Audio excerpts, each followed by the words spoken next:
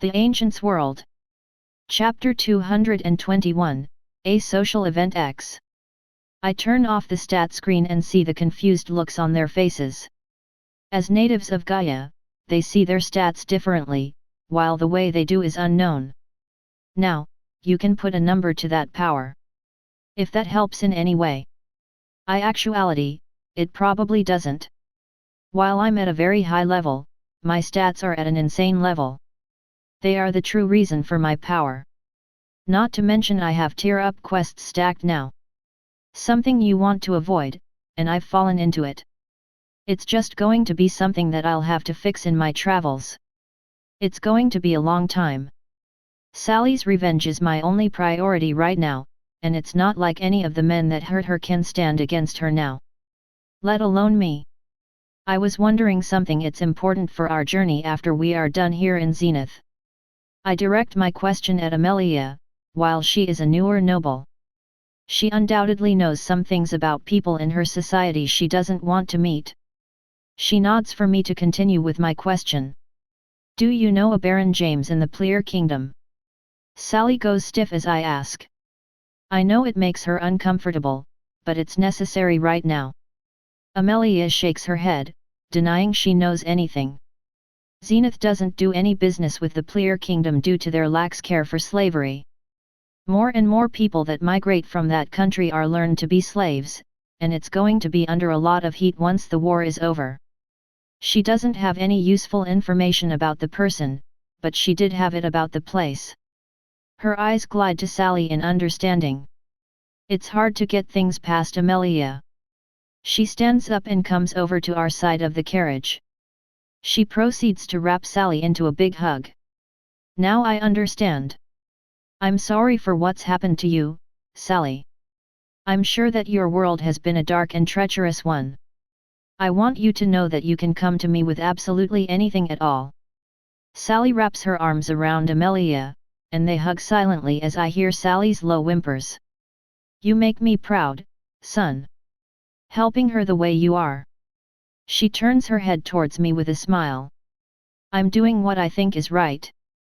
Sally has all the right in the world to go after all the men that put her through that life. To punish the race that abandoned her, to avenge her fallen mother who gave everything to make sure her daughter lived. I decide to show some humanity, and I join in on the hug, making sure Sally knows I hear too. They'll all get what's coming to them, Sally. All of them will suffer and die. We'll be starting our journey tomorrow after the wedding. Look forward to that moment. I know I'm looking forward to the moment. Sally's sobs have now gotten very audible. She is such an amazing woman. I'm lucky to have her by my side. After a while, we all pull away, and Sally dries her tears. Amelia decides to sit between us. So how many times have you two done it yet? I can't help the blush spreading on my face. That question was out of completely nowhere, and I have no idea how to respond. I look at Sally, and she is looking down towards her feet and wiggling. Her eyes are slightly wide in embarrassment. I never thought I'd have a conversation like this with one of my parents. I take a breath to calm my beating heart. Do I answer honestly here? Do I tell her it's none of her business? We've had sex twice. My mind stops working for a second, and I turn to Sally and see her deep blush. I can't believe she answered before I did. I look at Amelia, and she just smiles and pats Sally on her back.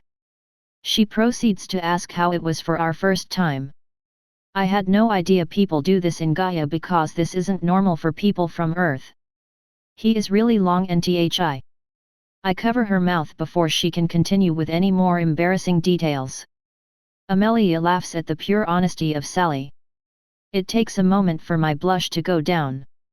That isn't something you should be asking us. The weirdness of this situation makes me think that this truly is common for the natives of Gaia.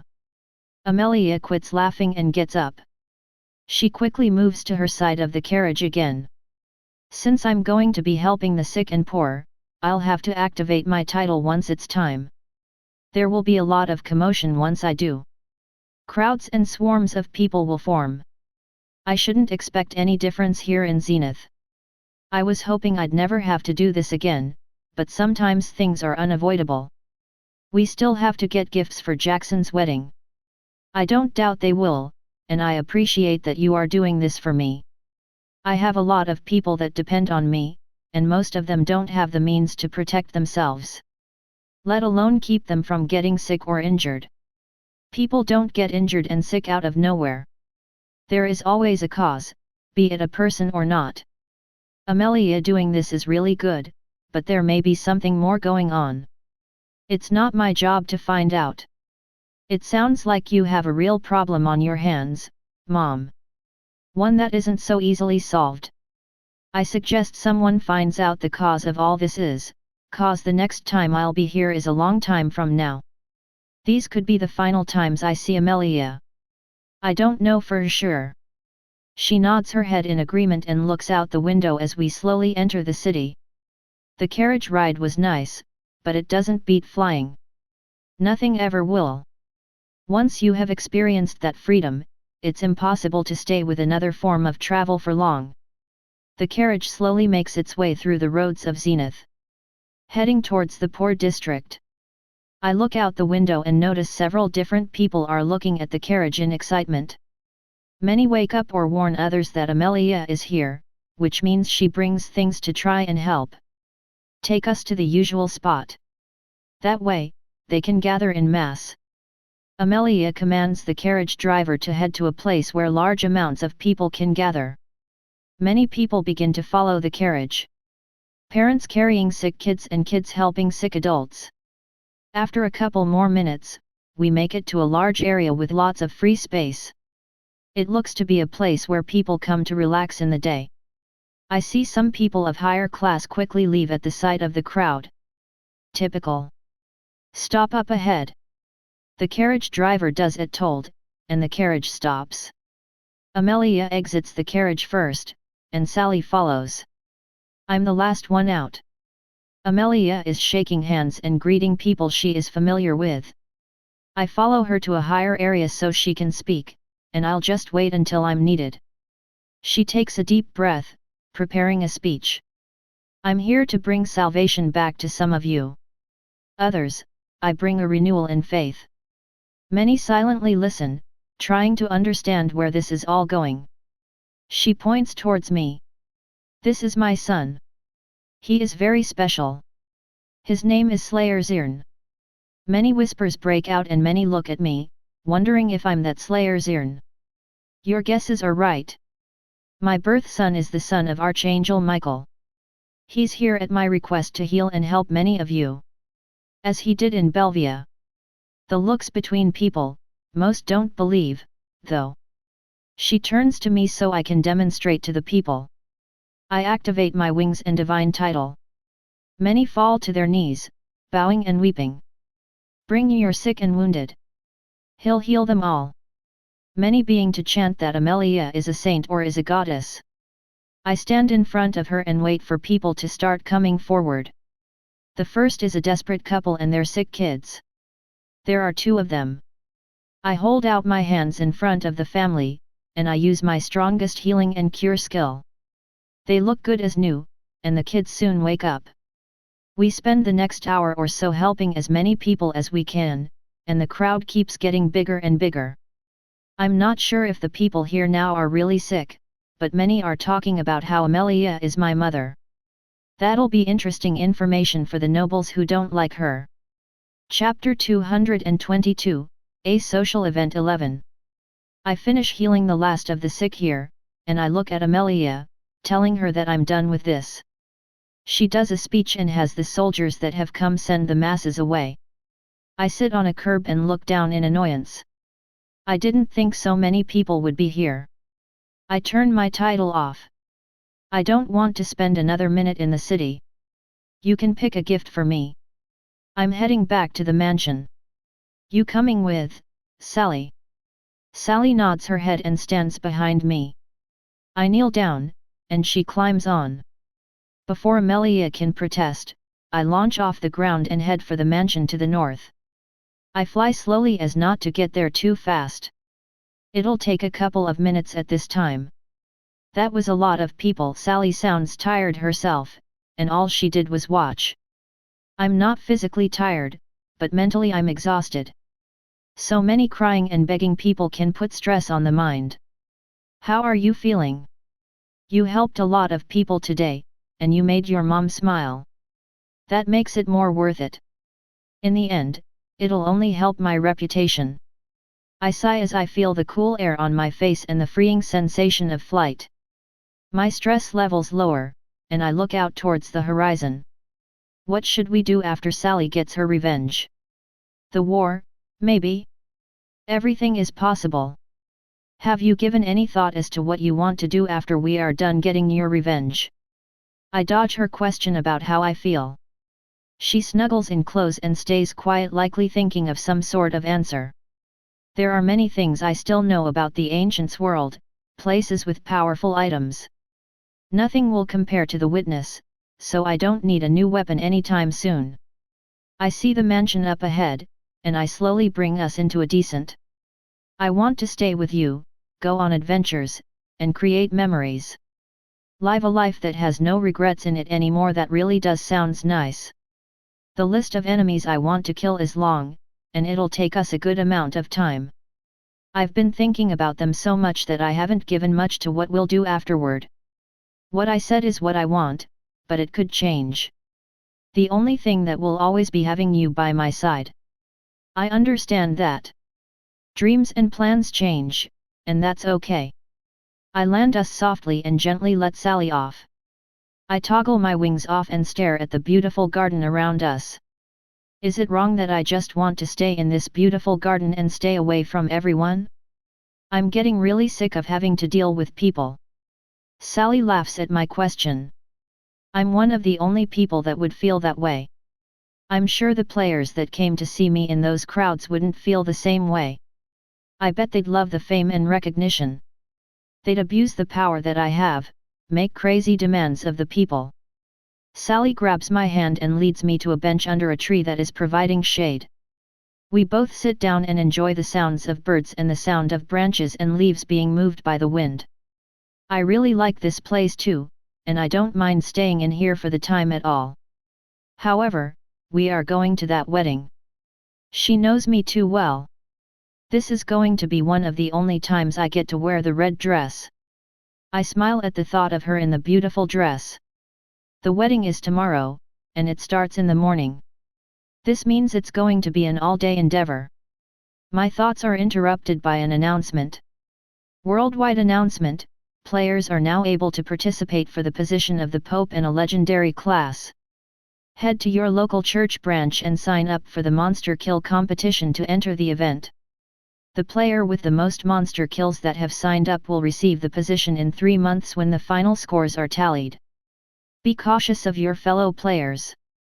Not only can they steal your kills, but they can steal your points. Talk about a way to motivate a bunch of people. Not only that, but it's going to add fun competition for the player base. It's good that it only affects those that sign up. I don't know how many people are still adjusting to the new life here on Gaia. Billions of people died before we came here. Those people had friends, family, lovers. Understandably, people will have an incredibly hard time changing to fit in this world.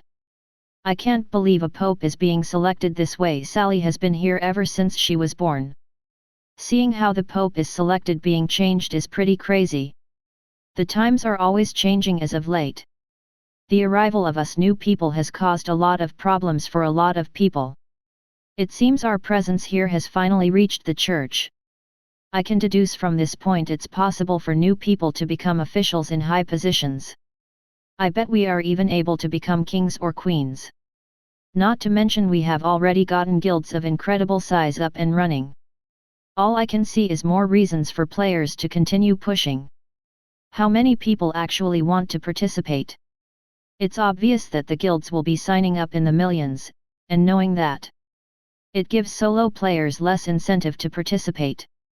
How strong a player is will also determine how successful they are. Most players are all around the same level. Let's not forget that players can steal each other's points. There is going to be a lot more player-on-player violence.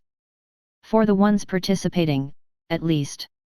Does this mean we'll have any problems in the future? Sally brings up a good point. Who knows what kind of damage can be done? People who have never led an entire religious organization are trying to do exactly that. I'd expect problems for us. There is no telling what kind of repercussions there are. Sally nods her head slowly and scoots closer to me. She leans her head on my shoulder and brings her hand in mine. I decide to take my mind off the announcement and enjoy the time that we have away from people. We are probably going to have to fight new people in our journeys now since they'll think I have a lot of points due to my gear. Good thing it's only lasting 3 months. I'm really glad it's not lasting any longer than that. I close my eyes and lean my head against Sally's. Today was a good but mentally exhausting day. We hear the little footsteps of kids run through the garden and in our direction. Soon our peace is interrupted by the voices of little kids. It was your idea, you ask him. 2 kids are talking to each other. Most likely wanting to ask me something. One of them walks up and fiddles with his fingers. Mr. Angel, we were wondering if you would let us fly on your back. I chuckle to myself. This isn't a situation I ever thought I'd be in. It's not really my decision to make. If they want to go for a ride, they'll have to ask Amelia for permission. I don't know you two. You'll have to ask Amelia. She might not feel comfortable letting such little kids fly. They look insulted at being called little kids. I chuckle to myself, knowing that I and everyone did the same thing when we were little. I was a kid that was always saying I couldn't wait to be an adult. Now that I am, I can say that I want to stay a kid again. They run back out of the garden and towards the mansion. After another minute or so, a few butlers come out with a cart. They have tea and treats. I'm not going to be upset if they are bringing food and beverages. My lord, we thought that you would like some tea and cakes for this lovely evening in the garden. I smile at the politeness and sincerity coming from the head butler. I nod my head, and they prepare us tea, and we both have some of the most delicious cakes I've ever tasted in my entire life. I've come to understand how Amelia tolerates being a noble. It's moments like these. Chapter 223, A Social Event 12. Sally and I finish our tea and sweets. The butlers take them away, and we sit in silence. Let's go inside and relax on actually cushioned furniture. She stands up alongside me, and we make our way to the mansion and through the beautiful garden. We walk on the stone path out and towards the mansion. The guards get very stiff as I pass. The truth about me being here is now known. I can assume that Amelia's identity as my mother is also known too. She is going to have newfound respect from others. The church will definitely contact her about things too. As Sarah and Sally walk into the mansion to find a comfortable place to rest. There are people all over Zenith talking about the events that have transpired today. One of these people being King Jackson and his blushing bride-to-be. They are in their palace, away from all the noise from the common people and the nobles, demanding answers about why this has happened. Why this secret about the new noblewoman was kept a secret. They sit in private chambers, looking at each other. One more angry than the other. I look at my soon-to-be bride and see her displeasure with me. I never did inform her about any of my connections with Slayer Zirn or Amelia Zirn. She has her arms crossed as she glares into the depths of my soul. How long have you know about Amelia and Slayer Zirn's connection? There is a predatory undertone in her voice. I don't know if I told her or not. The fear for my life is outweighing the promise they always tell her everything. She knows that this is a special circumstance, right? Right? I fidget in my seat and turn my eyes from her. She releases a mean growl. That's when I decide to be honest. I've known about him ever since I first met him in Blue Grass City when I was still a baron. She looks at me, knowing that isn't the full story. The accident in the palace was because of him. He got his wings that night. He told me about his mother, and if I wanted to have a connection with him, it was to be making his mother a noble. I see her look at me, seeing if I'm hiding anything else. Those are the major ones I've withheld. She stands up and walks over to a table. I watch her ball her fist in anger and smash the table. She continues to stomp it into pieces, and I can't help but cringe in mortal fear. After she is done, she takes a breath. That's much better. She wipes the sweat off her face and turns to me with a gentle expression. You'd at least tell me he's coming to our wedding. There's no way he has time for that. I look down. I haven't informed her that he's coming yet. I wanted it to be a surprise. I lift my eyes from the ground, and I see her darkening expression. I stand up and hold my hands out before she can even start her approach. It was meant to be a surprise. Amelia is coming to the wedding, and I wanted to check up on her one last time before tomorrow. I never expected Zirn to be there. It was a spur-of-the-moment decision. I'm so sorry. She quickly flexes her fingers, and they pop from the force. I look into her eyes, and I don't see my darling fiancé anymore. I back up in fear as she slowly approaches. I fall back onto the couch, and I look up at her as she stands over me. She has a neutral face and hollow eyes. You're telling me that you dropped a last-minute wedding invitation on the son of Archangel Michael, and didn't think about the repercussions. Technically he never accepted. His mother did. She doesn't need to know that, though. Is that right?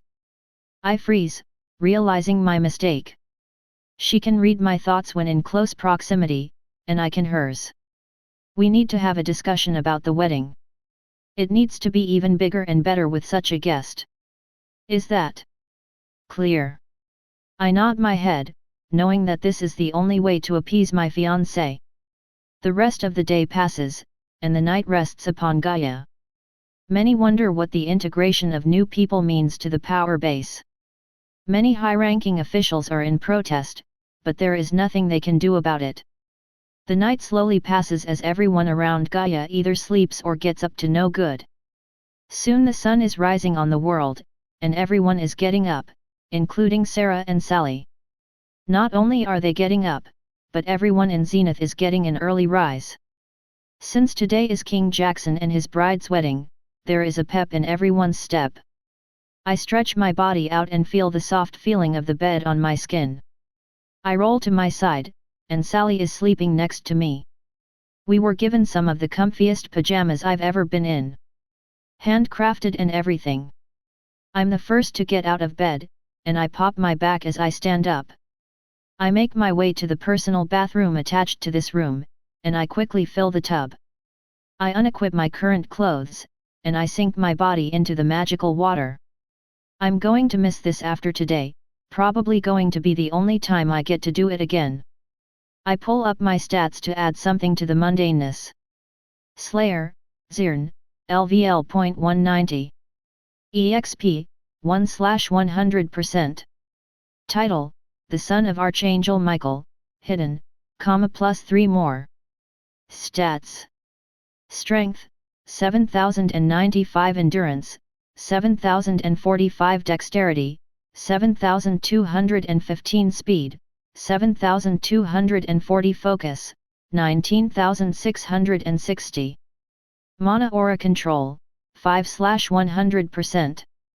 Health, 56,560,000/56,560,000,000 Mana, 196,600,000/196,600,000,000.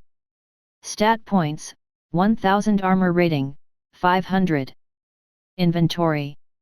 Passive perks.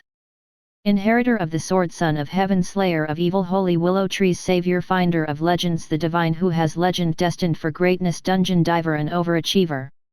Active skills.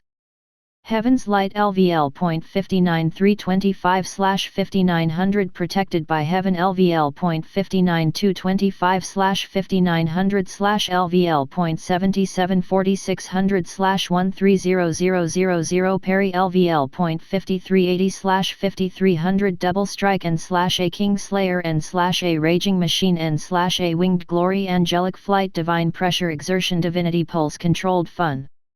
Ever since I completed that legendary quest, I haven't gotten a chance to try out my new power skills. They have leveled up, and with them, they have new information. I individually pull up information and see the changes to the skills I use the most. I pull up Sally's quest now. Sally's past. Description: help Sally in her quest for vengeance against all the men that tortured and sexually assaulted her growing up. Help her punish the Elven Kingdom for their ways. Objective 1: when the time comes, Sally will ask you for your direct help in this matter.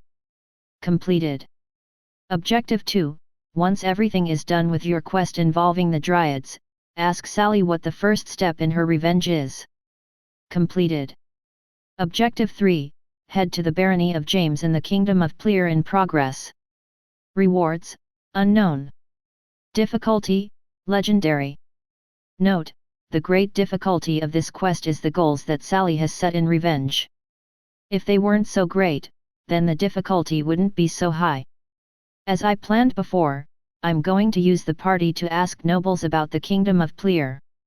I notice that I still have 1000 stat points to use too. I decide to pour all 1000 into speed. It's becoming my favorite stat. Slayer, Zirn, LVL.190. EXP, 1/100%.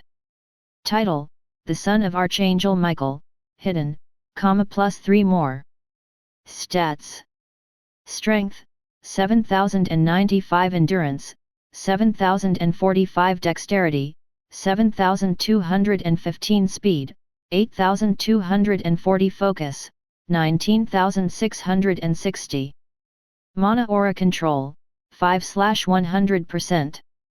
Health, 56,560,000/56,560,000,000 Mana, 196,600,000/196,600,000,000.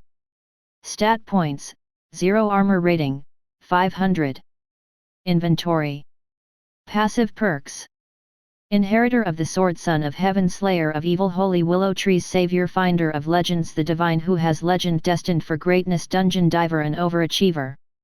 Active skills: Heaven's Light LVL.59325/5900 protected by Heaven LVL.59225/5900/LVL.774600/130000 Parry LVL.5380/5300 Double Strike /A King Slayer /A Raging Machine /A Winged Glory Angelic Flight Divine Pressure Exertion Divinity Pulse Controlled Fun. I close all the menus and relax my head on the edge of the tub. I soak in the warm water and feel my points relax. Who knows, maybe the wedding will actually be fun. Aside from the weird tension with my presence, as well as me asking questions about the Kingdom of Plear and the Barony of James. All in due time, of course. Chapter 224, Jackson's Wedding. I get out of the bathtub and grab a towel. I head back into the room and sit down on one of the chairs. Sally is still sleeping. I fully fry myself and equip my gear. I make my way towards the door and leave.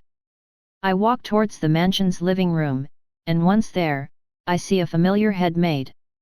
She is cleaning some of the furniture and making sure everything is tidy. I walk over to the couch and take a seat. She doesn't look at me or acknowledge my existence. If she wants to blame me, then I'm not going to stop her. A heartbroken mother isn't someone I'm going to set straight. Eventually, she'll have to accept that her son's death on the field isn't a single person's specific fault. It's okay for her to grieve and be in pain, for her to need to blame someone. You sure are up early. I turn my head towards the familiar voice, and Amelia joins me in the living room. She sits on the couch across from me, and she is ready for the day. The gift I got in your name is a set of silk sheets. Hope they believe it's actually from you. I laugh at that. She follows suit too. I'm sure the king and his soon-to-be queen already have silk sheets. It's not like they'll refuse a gift from me, which is very pretentious to say.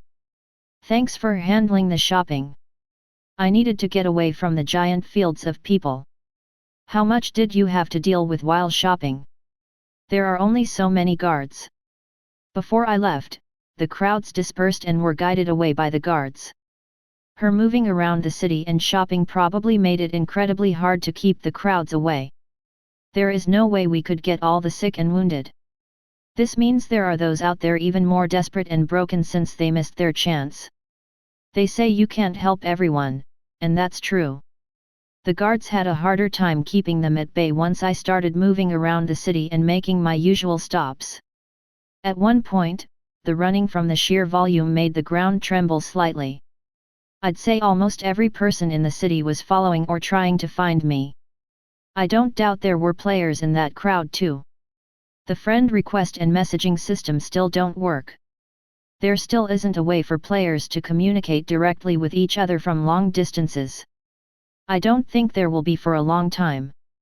So players getting a chance to see me or my mother seems like a chance to make a strong ally in a dangerous world. When are we leaving for the wedding? All you told me is it's starting in the late morning. Amelia informs me that we'll leave here in a couple of hours. It's early morning right now. Are we taking another carriage there? If I had to pick, I'd like to fly, just 'cause it's faster. She nods her head, and before I can ask another question, a few butlers walk into the living room with food and tea. This type of constant service can get annoying, in my opinion. We end our conversation and decide to have some food. After a minute or so, Sally walks into the room. Still in her pajamas, no less. They are modest and cover her skin. They are pink and fluffy pajamas. I smile and wave her over. She comes and sits next to me and is handed a plate of food and a cup of tea by the butlers. While Sarah, Sally, and Amelia have breakfast and finish waking up. The chaos at the palace is reaching a boiling point. Ever since Jackson's bride found our slayer Zirn is coming to the wedding, she has been on a warpath. Upgrading everything and anything, sparing no expense in any department. Poor Jackson has been pushed to the sidelines and can only watch his staff and servants suffer his bride's wrath. It's similar all over in terms of noble houses. Women making sure they look their best, as well as their husbands, for when they meet Slayer Zirn. I look at my soon-to-be wife and queen and see how determined she is to make this a spectacular showing. If she only knew how little Zirn cares. I don't want to put myself in harm's way and telling her that I'd be doing so. Sometimes it's just best to get out of the way and let her do what she needs to do. One of my many court officials comes up to me and plops down next to me. I know that showing off to Zirn is important, but shouldn't we be trying to impress his mom? This seems like a wasted effort. How right you are, my friend. The way to win over Slayer Zirn is through Amelia Zirn, which I have already done. She has become a great friend and an amazing noble. The way she helps the poor and sick brings a balance and life to Zenith. I doubt we would have recovered as fast without her doing everything she could to help the people who needed it the most. I get where you are coming from, but it's in everyone's best health if we just let her do what she wants. If it makes her feel better about the wedding and meeting Zirn, then who are we to stand in the way? Another one of my officials comes into the conversation. My bride begins to yell at some poor seamstresses about the condition of her new dress. I lean back in my chair and sigh. Slayer Zirn is a good friend of mine, and if he was seeing this right now, he'd probably laugh. He doesn't like being the center of attention or being around lots of people in general. It's a huge honor that he's coming to our wedding, but I know he wouldn't have come if his mother wasn't there to answer for him. I got in a lot of trouble with my fiancé because of that. My officials laugh at the little piece I've added to the conversation. My bride seems to sense my enjoyment in this dire time. She darts her head at me, and my officials scatter like rats. She marches at me and stares down at me with a darkened gaze. I'm glad you are over here having a good laugh when I'm busting my ass to make this a perfect wedding for our esteemed guest to enjoy. I feel a chill run down my back at the cold tone in her voice. I'm going to count to 5, and if you aren't up and helping with something, you won't get any after the wedding. I take that threat seriously, and I stand up. I immediately find something to help with. Setting up tables, helping with chairs. Anything at all, I want some after my wedding night. After a few minutes, some nobles of the Baron rank walk in, and many are carrying gifts. There are people already showing up early for the wedding. This will cause even more problems with my bride, but I'm not going to be in her line of sight. I see her make eye contact with the nobles who have entered, and they all flinch at the sinister look on my face. I decide to ignore the preceding yells from my wife. I'm sure nobles are going to be showing up early due to Slayer Zern's attendance here. Not to mention nobles are going to try and befriend his mother. I've already gotten multiple messages and threats from the church regarding her. Most are on the lines of how could I hide this? She is too important. You better protect her until we get there. Some people from the church are even coming to the wedding. I don't know who, though. They are only coming because Amelia and Slayer Zern are going to be here. They'll likely beg him for help. Many people of high ranking all over Gaia are on their way to the wedding in Zenith City. Be them low-ranking nobles or kings and queens themselves. While they will pay their respects to the new couple, most are going for the singular purpose of the meeting and speaking with Zern. One of the people on the way towards Zenith via teleportation gates is none other than Saintess Lucy. She is almost in Zenith City. I only have one more teleportation gate to go. As the Saintess, I won't have any problems getting into the wedding, and I'll admit that I'm nervous. This will be the first time I ever meet Slayer Zern. To think he was in the Holy City not too long ago. With Leonard retiring and a new pope being selected soon, it's going to be rocky. For the first time since the creation of the church, the seers aren't the ones finding the new pope. I can only hope this doesn't mark the destruction of the church. Chapter 225, Jackson's Wedding 2. As the morning slowly passes, more and more people are entering Zenith. Nobles and rich merchants who weren't even invited. Many of whom aren't actually here for the wedding, but for two specific guests. It's easy to figure out which guests are being talked about. One of these uninvited attendees is the Saintess Lucy and a small entourage of her best soldiers. They hope that they get a chance to talk to and convince Slayer Zern to help in the ongoing war. If she can get his help, many lives will be saved. I step out of the last teleporter, and I look around Zenith. It's been so long since I saw this place. Jackson has done a marvelous job of bringing Zenith City back to life. This doesn't excuse his actions of hiding the knowledge he had of Slayer Zern or the now known fact that he was harboring his mother as a noble. I look around the teleportation platform and see the many shocked faces of our arrival. Even new people stop to stare, and the male stares from the new people are quite creepy. As if they have never seen a woman before. I step off the teleportation platform and look directly into the direction of the palace. That's where the wedding is to be held. Make sure no one gets any funny ideas about approaching me. I'm not here to talk and meet the common folk. My second in command, Franklin Harm, nods his head in understanding. My soldiers get in formation around me, and we start making our way towards the palace. It's going to take a little longer than I'd like. The crowds of people will make it harder to get there, an inconvenience of being famous. I make a deep sigh and see the crowd getting even thicker up ahead. Saintess, should we try and find a different way? There is no point. No matter which direction we go, there will be a crowd. Franklin nods his head, and we continue trying to get through the crowd. They are doing an excellent job of slowing us down. Many begging for help, to heal their sick and wounded. I don't have abilities like that, so they are going to be sorely disappointed. Everyone back away. If you don't, you'll suffer the consequences. Franklin shouts a threat to the crowd. That doesn't falter the most desperate of people. If anything, it makes them more motivated. I decide to take matters into my own hands, and I unleash some of my power. Everyone backs away in fear or awe. Next time, it'll be more than just a warning. I make sure everyone here. I don't have time to deal with all these people. The crowd parts, and I hear the weeping of mothers and fathers, along with children. It's not easy to ignore them, to pass them by in their time of need. I can't help them, though. I have my own reason for being here. After an easier walk, we finally make it to the entrance gates of the palace grounds. I look at the guard. He is holding a list. I walk up to the gate to be let in, but he doesn't move. Are you going to open the gate or not? I've never met resistance like this before. Everywhere I go, doors open for me, and people know who I am. He shakes his head, and for the first time in my life, I'm irritated that I'm not let in regardless of said list. I place my hand on one of the metal bars, and I bend it.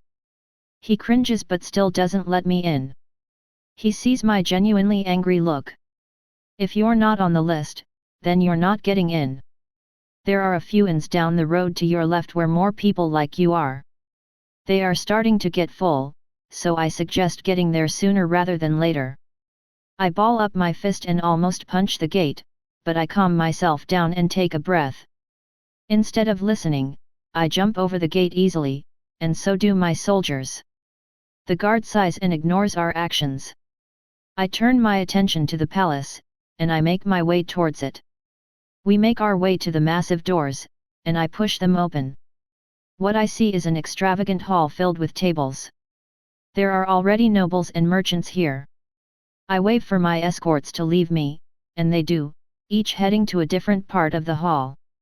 I look around and see one of the men I'm here to talk to. Jackson is talking to his bride right now. I walk over and tap on his shoulder. Not now. I clench my teeth. This city is very rude. I tap again. I said not right now. He spins around, and we meet eye to eye. His anger disappearing, and a smile appears on his face. I cross my arms at the sudden change of attitude. My Saintess Lucy. I know for a fact that you or anyone else from the church was not invited. How about you do me a favor and leave? I can't stop myself from reaching from my sword on instinct.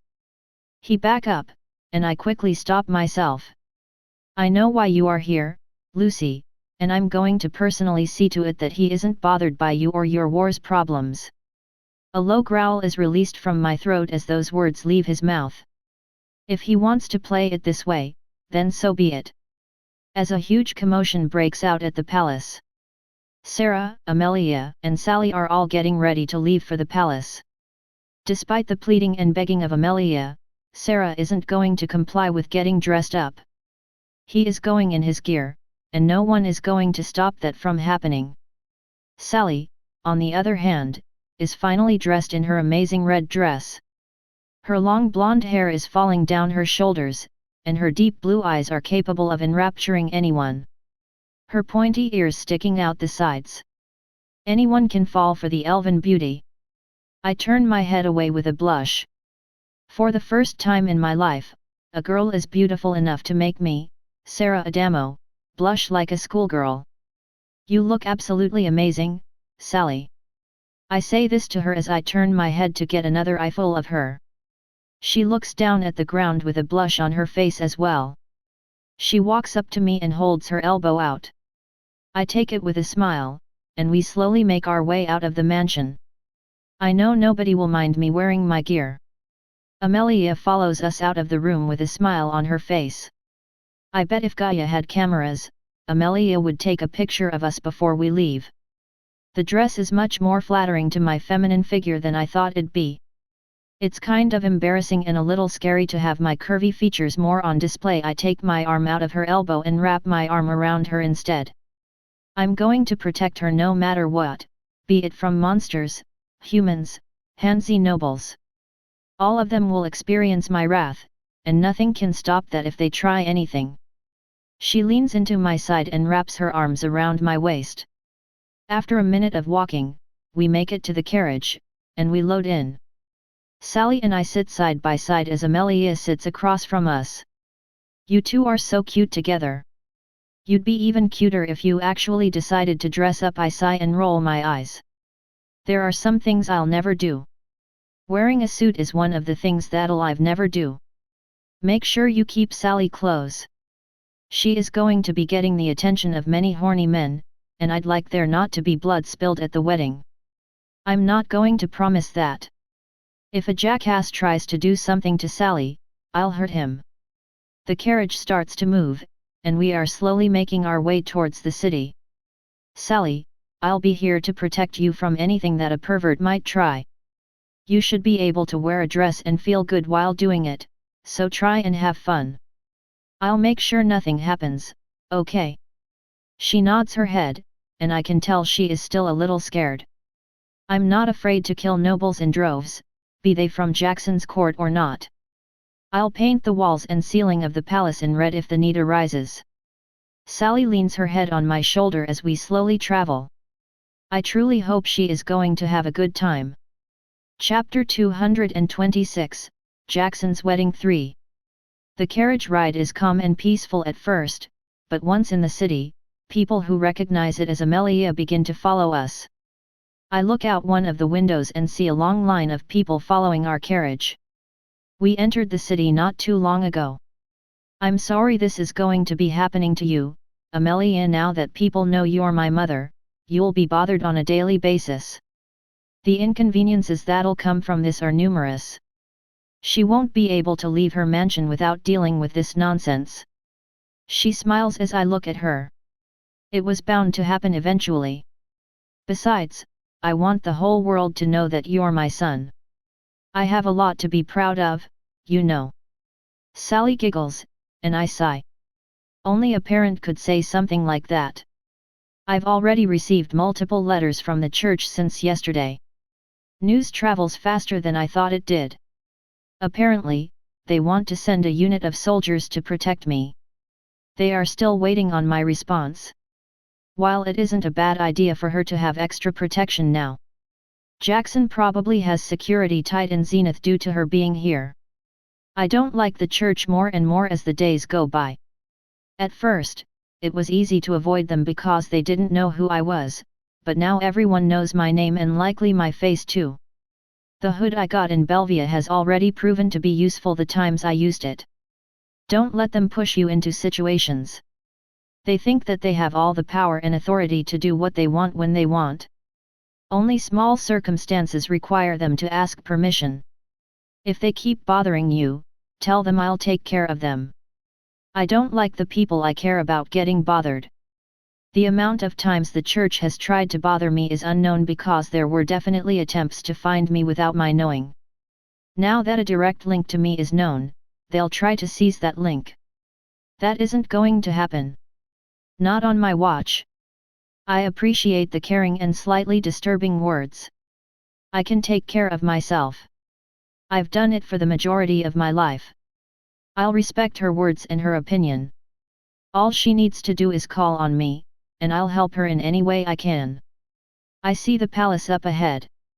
The ride is taking longer than normal due to the crowds forming and getting in the way.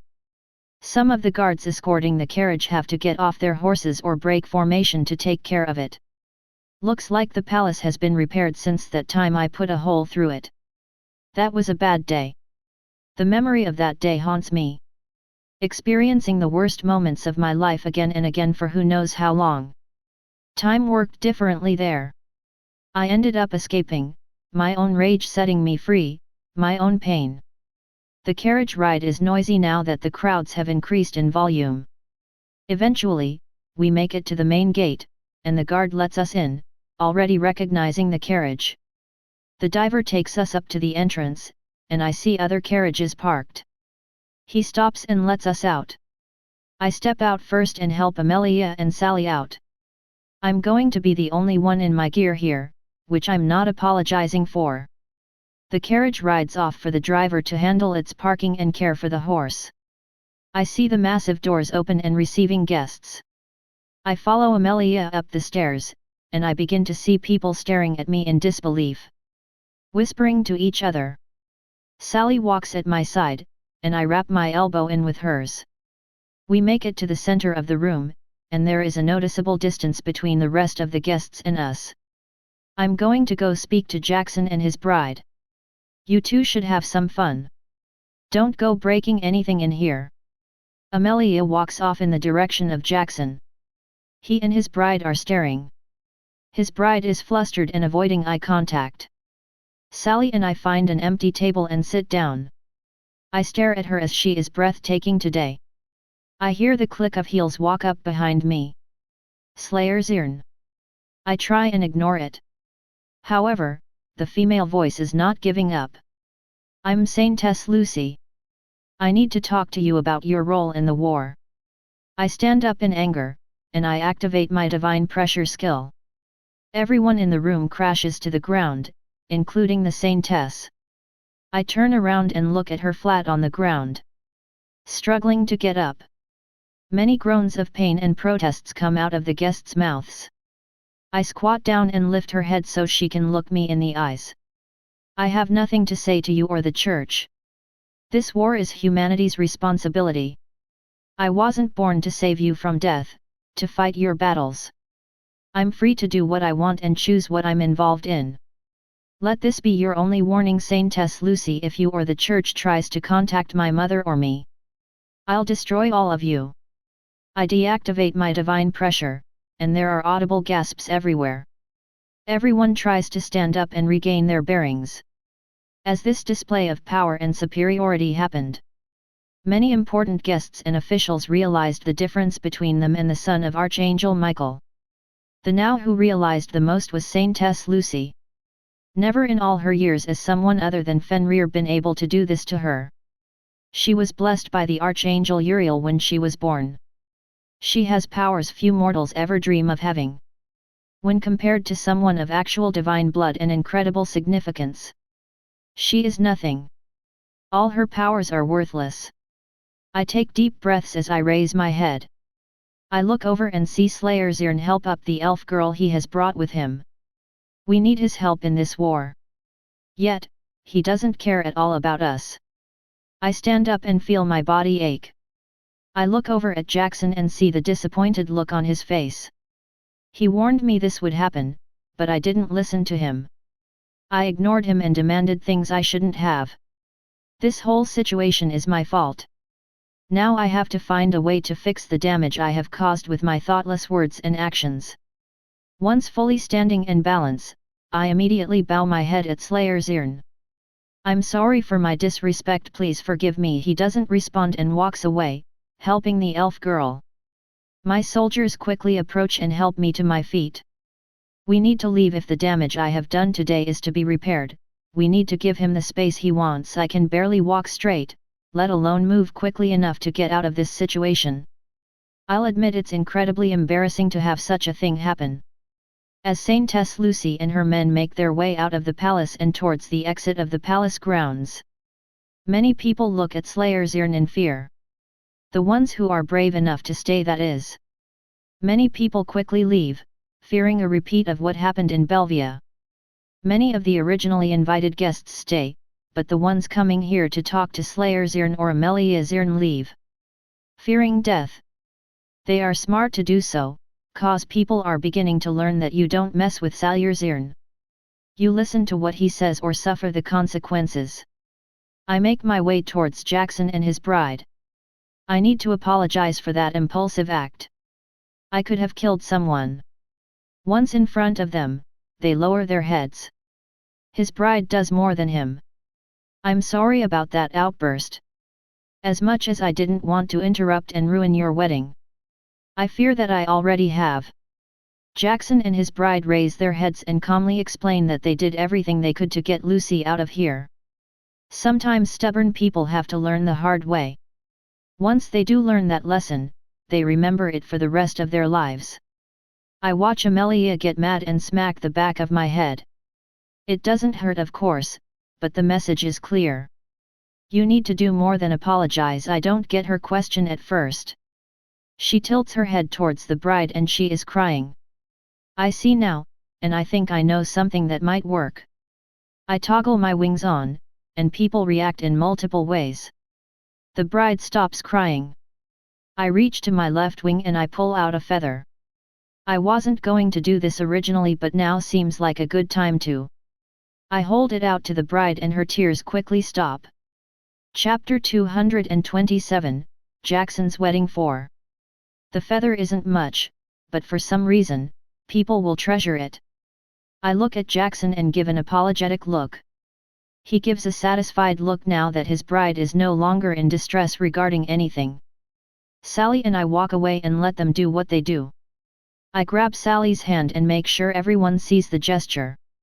Sally is mine and to not be touched or approached by anyone with ill will. This is the first time you've done this. Show people that we're together. We are together, and people need to know if they mess with you, they mess with me. Be it the church, the elves, bandits, or guests at a wedding. Let's enjoy ourselves, Sally. After this wedding, we have a very long journey ahead of us. One that will change your life forever. She nods her head in acknowledgement of my words. What do couples do at weddings? Dance. I have no shame in not knowing what happens at a wedding. Many would call that disappointing, but it just means you are so busy chasing your life and dreams you can't make it. That's how my life has been, chasing the dream of fixing my family. I succeeded. The wedding moves on to the actual ceremony, and we find some seats near the front as the bride and groom get ready. There is wonderful wedding music and a melodic voice that gets a certain relaxation to the room. After a little bit, Jackson comes out and stands up near the podium. I look at the priest and see how nervous he is at my presence.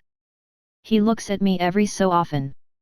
Soon the bride walks down the aisle, being escorted by who I assume is her brother. Some handmaidens are carrying the end of her dress, and little flower girls follow, doing their thing. The ceremony proceeds, and the wedding reception follows, at least that's what I think it's called.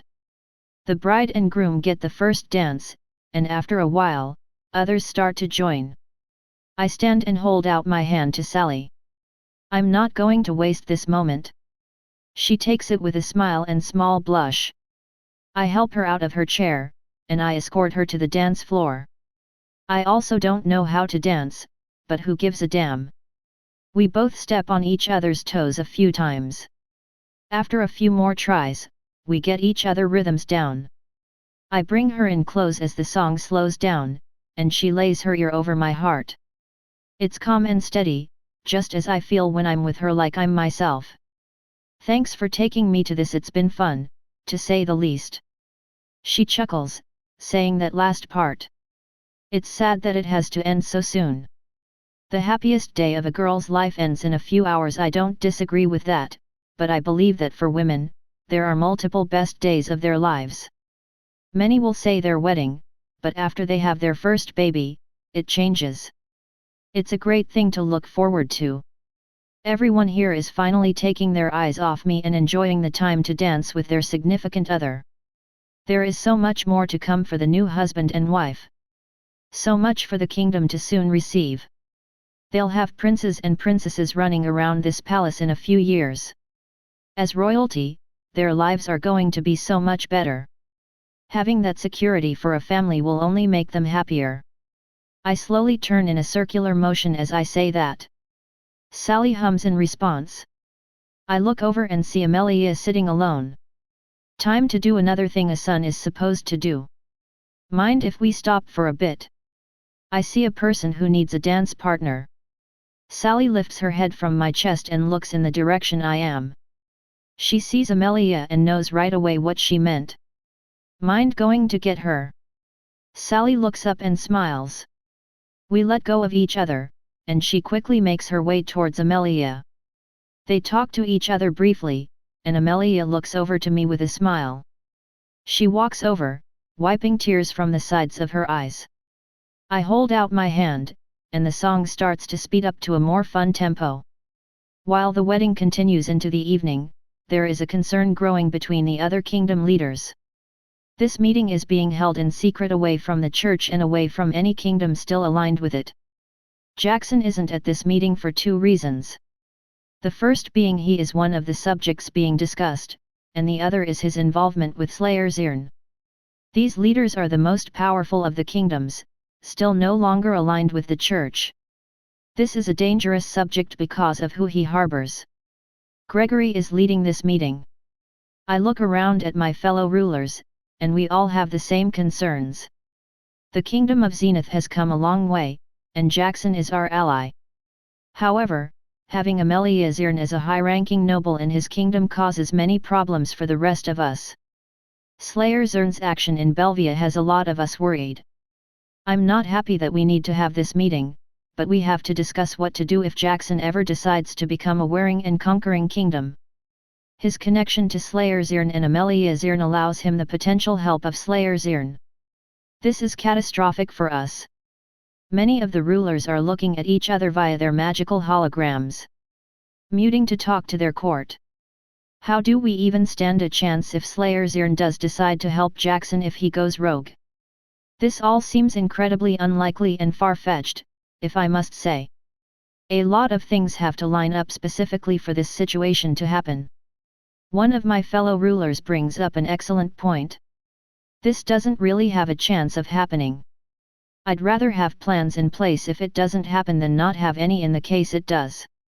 Many rulers in the room talk about the point that has just been brought up.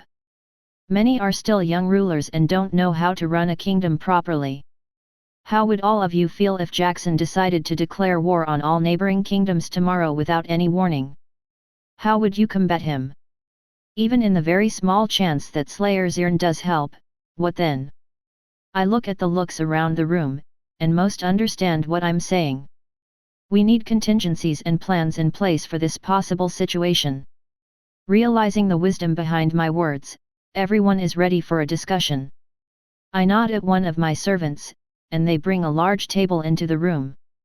I've already mapped out strategic locations in the country of Zenith, and I also have an idea on how to deal with Slayer Zirn. I stand up, and the rest of the holograms do too.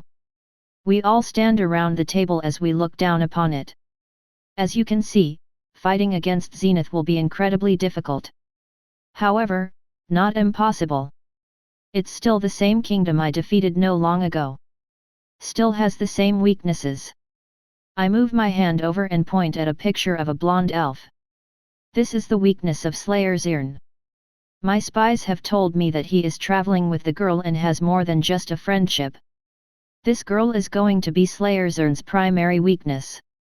If we can't find a way to use her to keep Slayer Zirn out of a potential war, then we have the secondary weakness. I point to a picture of Countess Amelia Zirn, the one who is Slayer Zirn's birth mother. She is going to be a valuable target if conflict ever breaks out. Many look at each other in doubt. I sigh and understand their hesitation. These targets will only become of active interest in a potential war that hasn't or will not even happen.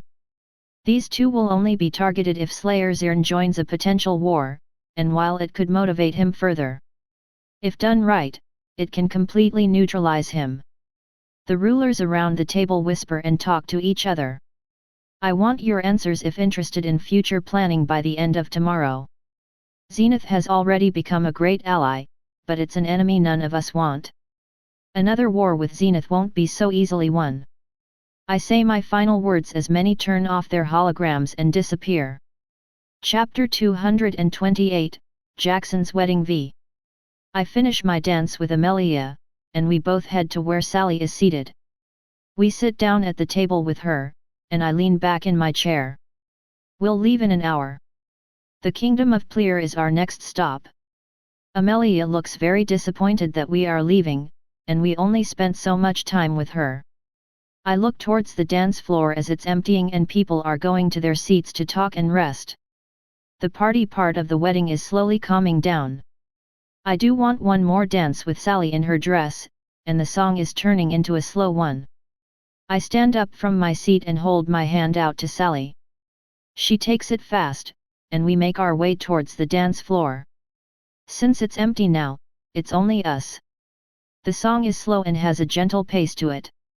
Can I be honest with you? She surprises me with that question. I nod my head and wait for her to continue. I really am scared to face all the people who've done bad things to me. I don't like showing weakness in front of you. She slowly whispers her concern out, and I hold her in my arms and sway us side to side. She has every right to be scared, and it's okay to show weakness in front of me. It's going to be perfectly okay, Sally. No one that did things to you is strong enough to hurt you, let alone me. She has become very powerful due to her class. Mastering her skills and learning to be creative with them. The future path ahead is going to be stained in blood, but it's not going to be our blood. She stays silent at my words. We will be doing the world a favor, killing scum such as Baron James and the next target after him. I inhale some of her scents, and it makes me smile. We'll be freeing hundreds, if not thousands, from illegal slavery. We'll be saving women from a fate worse than death and saving many more from ever experiencing it. I list the positives that will come from this. There are many more positives, to be sure, but these are the ones off the top of my head. The dance floor empties further, and we have it all to ourselves. That reminds me that I need to handle something before we leave. I need to ask if anyone in this room has information on Baron James, as well as the Kingdom of Plear. It's about a 3 days trip at full speed, and all I know about it is its location. It's one of the places I never visited in my old life. Those are all wonderful things, and I look forward to them.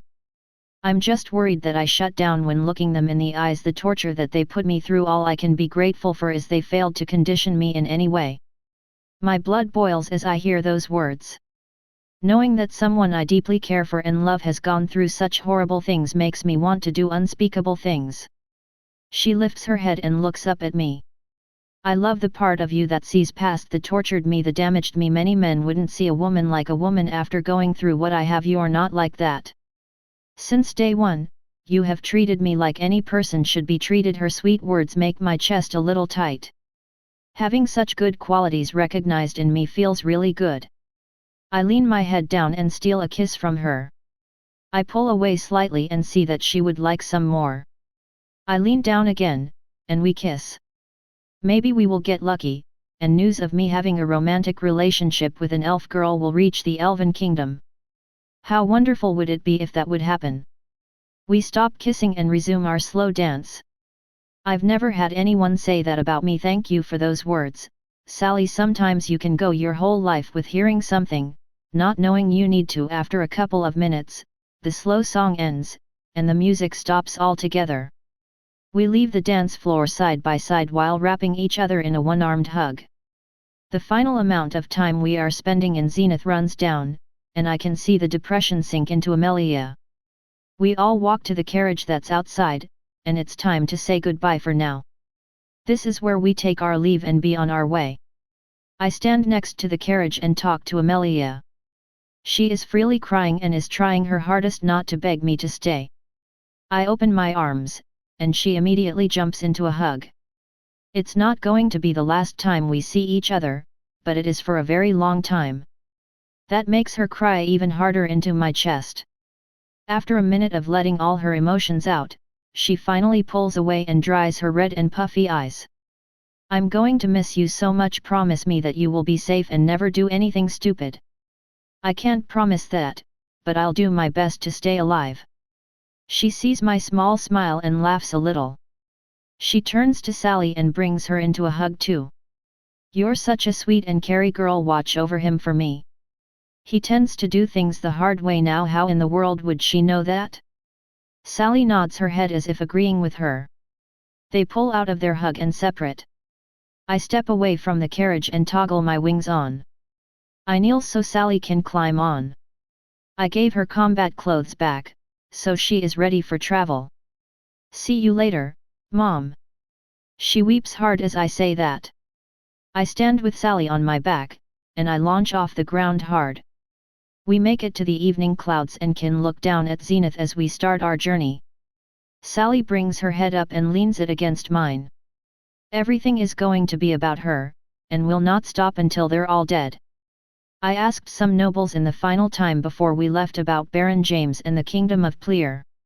It's a kingdom aligned with the church, which means if I get too close to any major cities in the country, they'll know I'm around due to the alarm.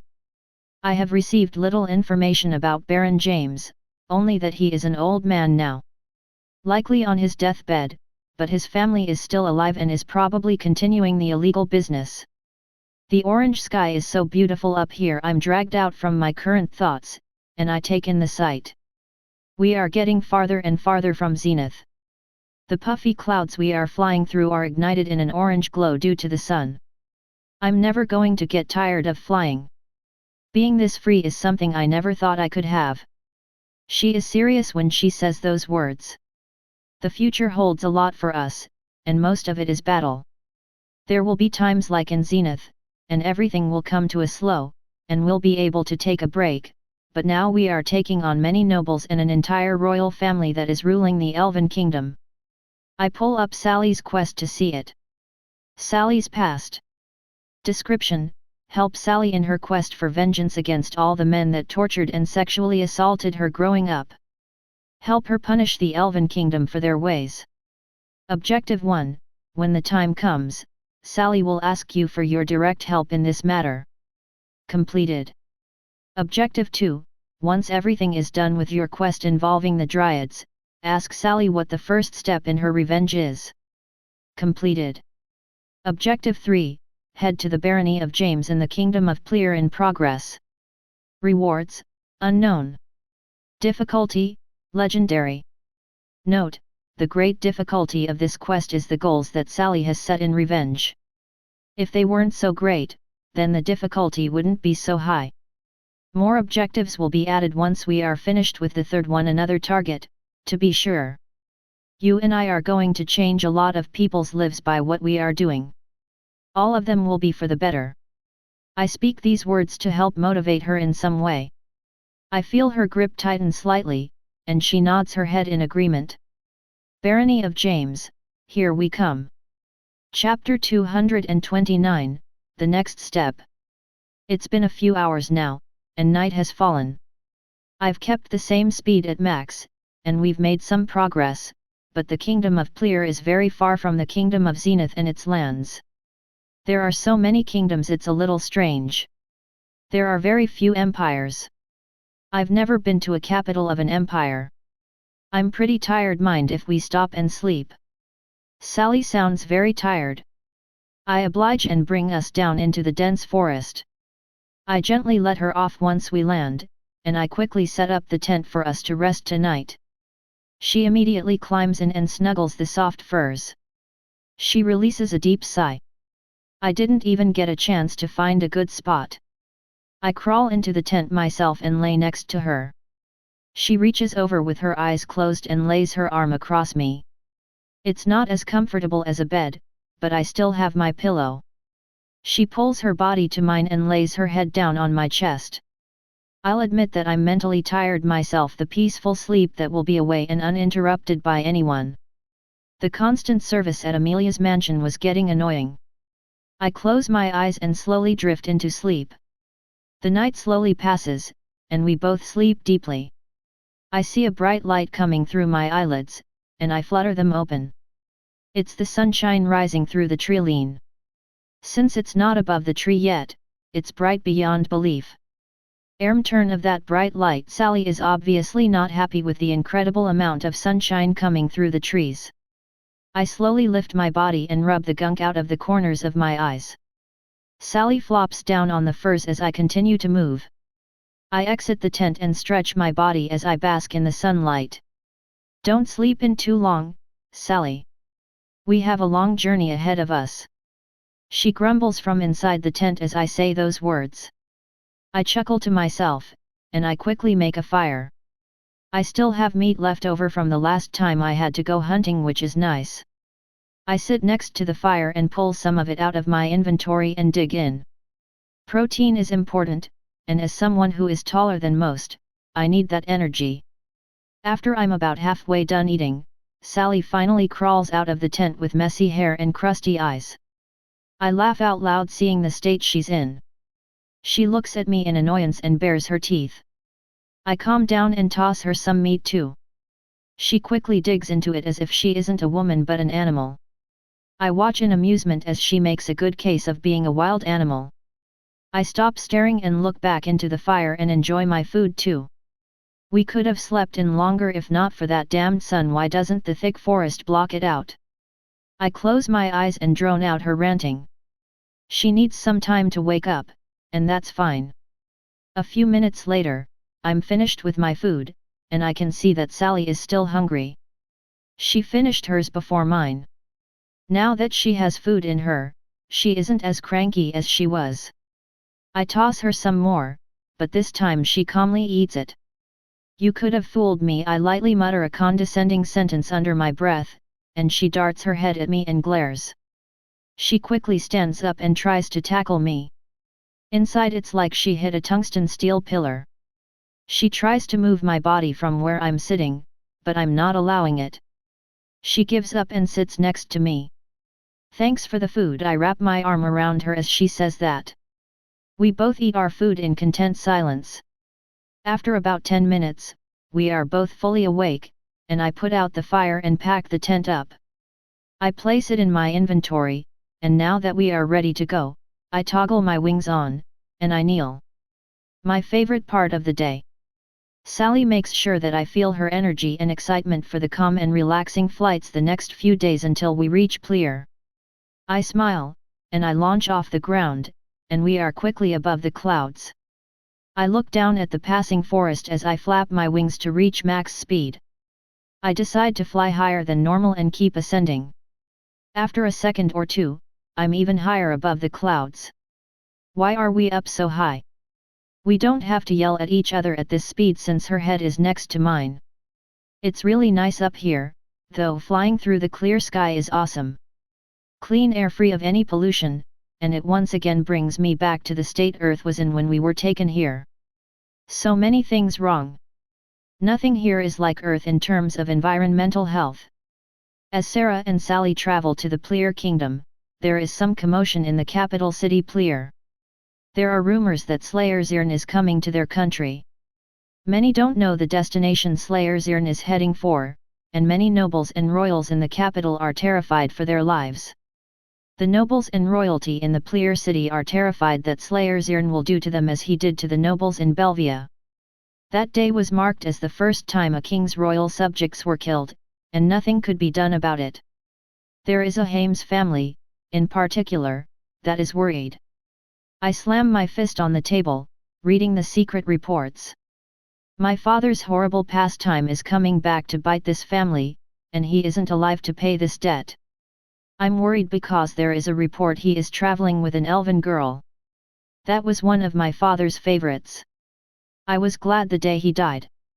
The disgusting pig of a man deserved it.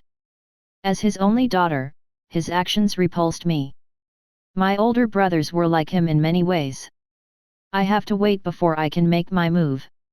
I swear on my name, Kelly James, that if Slayer Zirn shows up here, I'll convince him to kill all of you. If all my brothers die, I can inherit the barony. I lean back in my chair and lay the paper on the counter. This can be my only chance to right the wrong of my family and shut down the slave trades going on in our land. I hear a gentle knock on my office door, and it slowly opens. Lady Kelly, your eldest brother Caden is here to see you. Great, the worst of all, my brothers.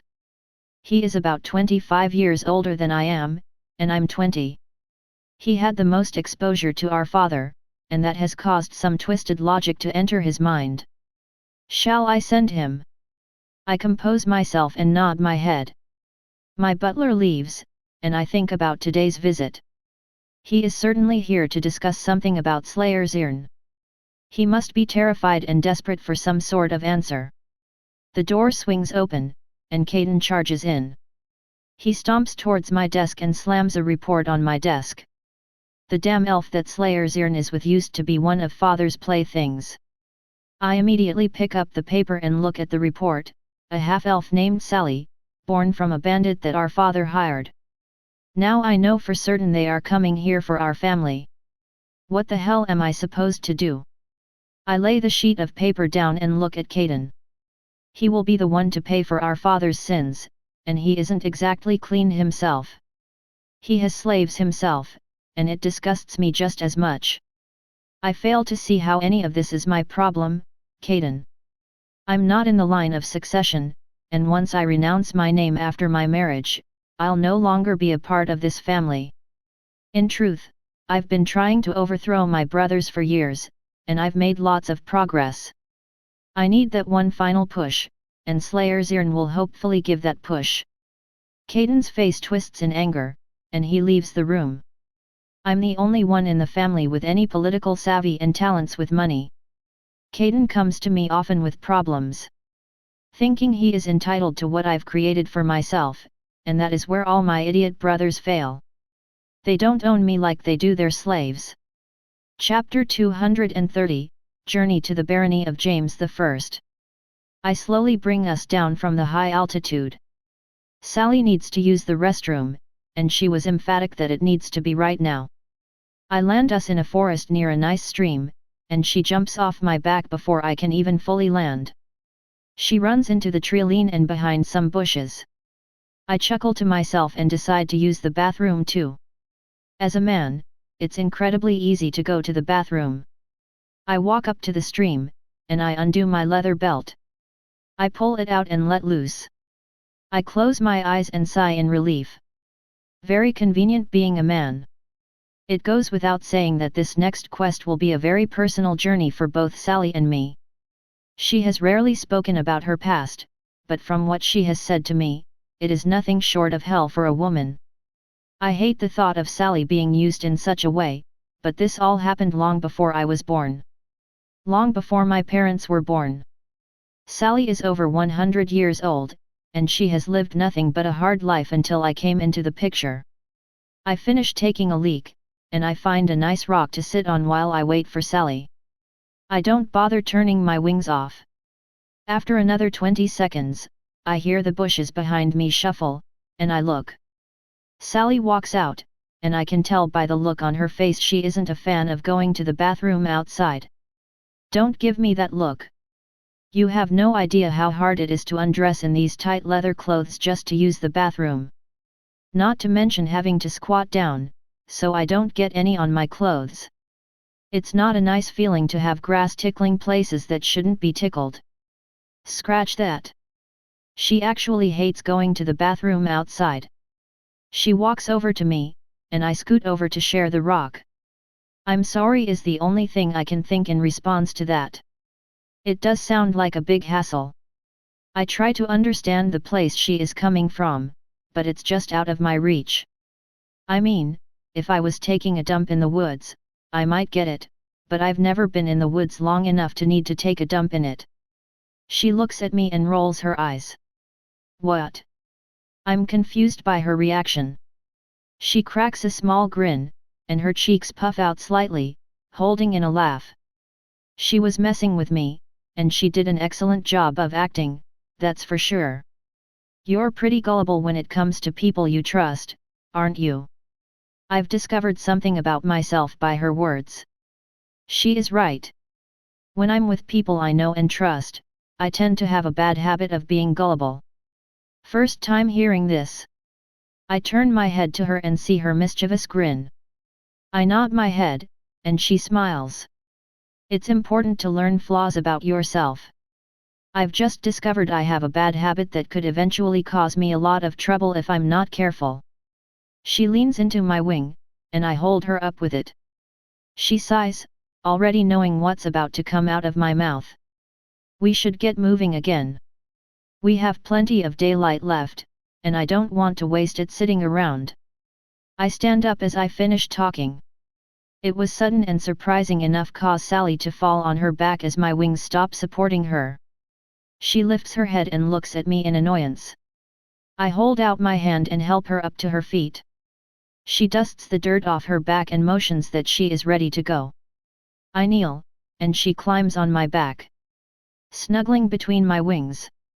As she gets a good grip and is secure, I flex my wings, and I launch off the ground. We reach the clouds in a couple of seconds, and I reach top speed within a couple of seconds.